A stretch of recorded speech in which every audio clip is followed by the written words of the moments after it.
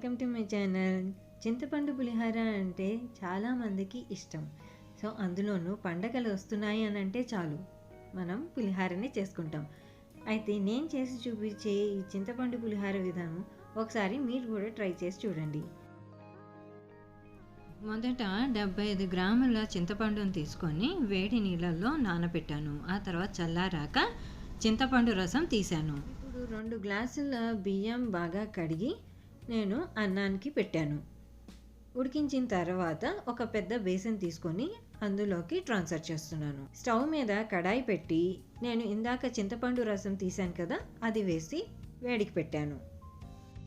అందులోకి 1/2 స్పూను పసుపు వేస్తున్నాను. ఇప్పుడు కలిపిన తర్వాత 2 టేబుల్ స్పూన్ చారు పొడి వేస్తున్నాను. చారు పొడిలో నేను 1 టీ స్పూన్ మిరియాలు, 1 టీ స్పూన్ ఆవాలు, జీలకర్ర, మెంతులు, 1 టేబుల్ స్పూన్ ధనియాలు, 14 ఎండుమిరపకాయలు, కరివేపాకు అవి కూడా వేయించి నేను గ్రైండ్ చేసి ఆ పొడిని నేను ఇప్పుడు ఈ చింతపండు రసంలో కలిపాను.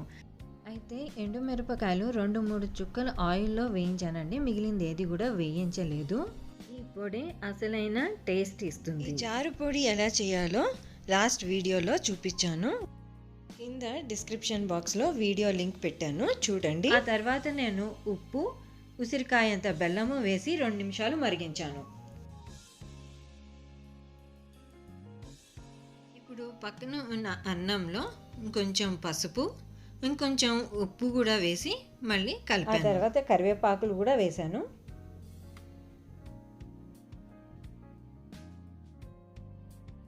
ఆ తర్వాత బాయిల్ చేసి పెట్టుకున్న ఇందాక చింతపండు రసం ఉంది కదా, అది కూడా వేసి ఇప్పుడు కలుపుతాను. అయితే నెక్స్ట్ మళ్ళీ స్టవ్ మీద కడాయి పెట్టి 2 టీ స్పూన్లు తెల్ల నువ్వులు వేసి వేయిస్తున్నాను అనమాట. ఆయిల్ వేయలేదండి. ఇప్పుడు వేయించిన నువ్వుల్ని కూడా నేను గ్రైండ్ చేసి పౌడర్ చేశాను, అది కూడా వేస్తున్నాను. ఇప్పుడు బాండీ పెట్టి అందులో 3 గరిటెలు నూనె వేశాను. పల్లీల నూనె అయితే ఇంకా టేస్టీగా ఉంటుంది. అందులో 1 టీ స్పూన్ ఆవాలు, 1 టీ స్పూన్ జీలకర్ర, 1 టేబుల్ స్పూన్ మినపప్పు, 1 టేబుల్ స్పూన్ శనగపప్పు, కొన్ని పల్లీలు వేసి వేయిస్తున్నాను.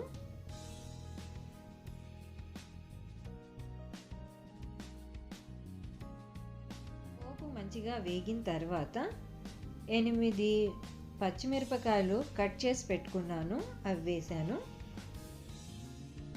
ఆ తర్వాత 4 రెడ్ చిల్లీస్ని కూడా కట్ చేసి వేసాను.